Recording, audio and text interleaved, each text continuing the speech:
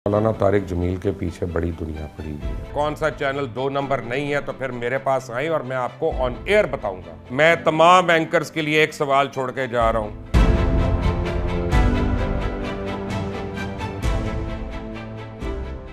अस्सलाम वालेकुम, आप देख रहे हैं मुबश्शिर लुकमान यूट्यूब चैनल और मेरा नाम मुबश्शिर लुकमान है।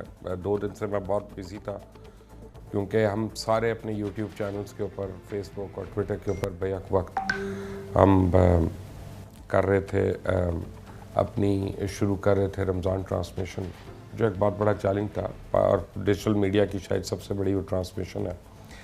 अल्लाह ने बखूबी उसको शुरू कराया, तो आज मैं ये बात आपके पास लेके आया। 3 दिन से मैं देख रहा हूँ कि मौलाना तारिक जमील के पीछे बड़ी दुनिया पड़ी हुई है और बड़ी दुनिया जो है ना वो 2 वजूहात से पड़ी हुई है। एक तो यह है कि उन्होंने पहले क्या कह दिया दुआ कराते हुए वज़ीर आज़म का उसमें, जबकि मुख्तलिफ एंकर्स भी बैठे हुए थे, वज़ीर आज़म भी बैठे हुए थे, और दूसरा जब कह ही दिया तो उसके बाद उनको माफ़ी मांगने की क्या ज़रूरत थी, अनकंडीशनल माफ़ी मांगने की क्या ज़रूरत थी। अब मैं आपको एक बात बताऊं कि मैं जब से देख रहा हूं और मैं ये कार्टून्स भी देख रहा हूं और मेरे पास ये वो मेम्स भी बन के आ रहे हैं और लोग जुमले भी कस रहे हैं। 2-4 बातें मैं बड़ी क्लियर कर दूं कि मौलाना तारिक जमील का बहुत बड़ा कद है।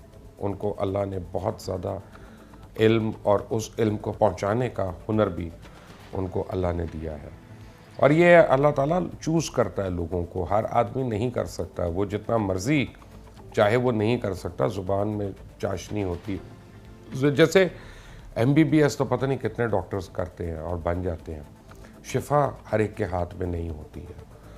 तो इसी तरह ये दीन का इल्म भी ऐसा है कि पता तो बहुत लोगों को होता है लेकिन हर एक उसमें फैला नहीं सकता।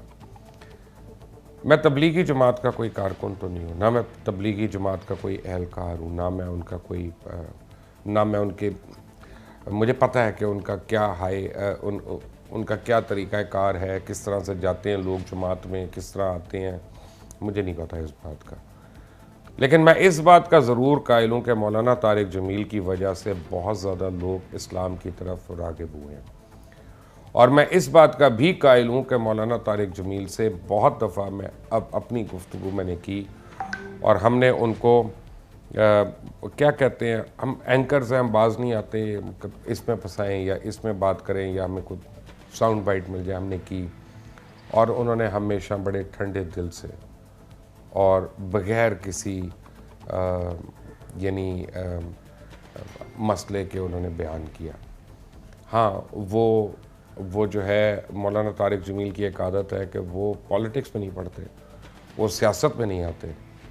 उनको इससे गरज नहीं है कि नवाज़ शरीफ है, शहबाज शरीफ है, इमरान खान है, मौलाना फजल रहमान है या अल्ताफ़ हुसैन है। अगर कोई उनसे दुआ का कहेगा वो उसके लिए दुआ कर लेंगे हाथ उठा के, और यही अल्लाह ताला ने उनको मलका दिया है।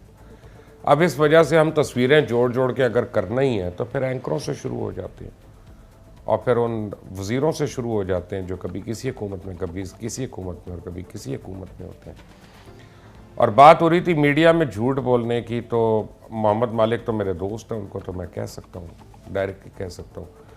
मोहम्मद मालिक साहब, जिस चैनल के मुतल्लिक तारिक जमील साहब ने बात की या जिस ओनर के मुतल्लिक की, मेरा ख्याल है कि मुझे पता है कि इसके मुतल्लिक की, और अब आप लोग और आप भी, मैं भी, हामिद, हर एक हम में से एंकर जो कहता नहीं है कि नई हुकूमत बनने वाली है, फॉरवर्ड ब्लॉक बनने वाला है, हमें इतला दी है, किसी को चुड़ैल ने दी होती, किसी को चिड़िया ने दी होती, किसी को कबूतर ने दी होती है, तो फिर हम सबको अब माफ़ी मांगनी चाहिए कि जो खबर हमारी पूरी नहीं होती या ये जो खबर हम अपनी साबित नहीं कर सकते।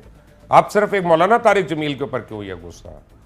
क्योंकि मैं देखता अगर ये कोई कलअदम जमात होती ना और किसी कलअदम जमात के सरबराह होते और मैं देखता आप लोग किस तरह से उनको कोशिश करते हैं आड़े हाथों को लेने की, उन्होंने ऐसे सेके लगाने थे आपको सारों को कि आपको लग पता जाना था। क्योंकि तबलीगी जमात एक जो है ना वो पोलाइट लोग हैं, वो अपना ज़ुबान के बहुत ही शरीफ लोग हैं, उनका हाथ नहीं किसी पे उठता, वो किसी सियासत में नहीं है, वो किसी को मारते नहीं है, किसी की मस्जिद ज़बरदस्ती खाली नहीं कराते, किसी का घर नहीं कब्जा करते, तो हमें उनसे डर नहीं लगता। लेकिन कुछ कलअदम जमाते हैं, आए ज़रा उनके मुतल्लिक भी बात कर लेते हैं। और उनके जो सरबराहान हैं उनके मतलब भी ज़रा बात कर लेते हैं। आप भी एक कर लें, और लोग भी हैं और बड़े लोग हैं जो कर सकते हैं। और जिस चैनल के मुतालिक आपको शक है मालिक साहब कि कौन सा चैनल 2 नंबर नहीं है, तो फिर मेरे पास आए और मैं आपको ऑन एयर बताऊंगा, और आपको उसके मालिकों का बताऊंगा, आपको एंकरों का भी बताऊंगा। अगर अब भी आपको शक है कि यानी बड़े कोई हम लोग नेक लोग हैं या हमारे मालकान बड़े नेक लोग हैं, तो पहले गिरबानों में झांकें और उन चैनल मालकान को जरूर जाके उनके गिरबान पकड़े जिन्होंने 6-6 महीने से तनख्वाही नहीं दी अपने लोगों को, जो 3-3 महीने अपने ऐसे तड़पा के तनख्वाह देते हो, तनख्वाह भी देते हो तो 30-30%, 40-40% काट के देते हैं। उनके मतलब बात करने की हिम्मत नहीं होगी आपकी किसी की, क्योंकि उन्होंने हमारे पे चेक्स काटने हैं।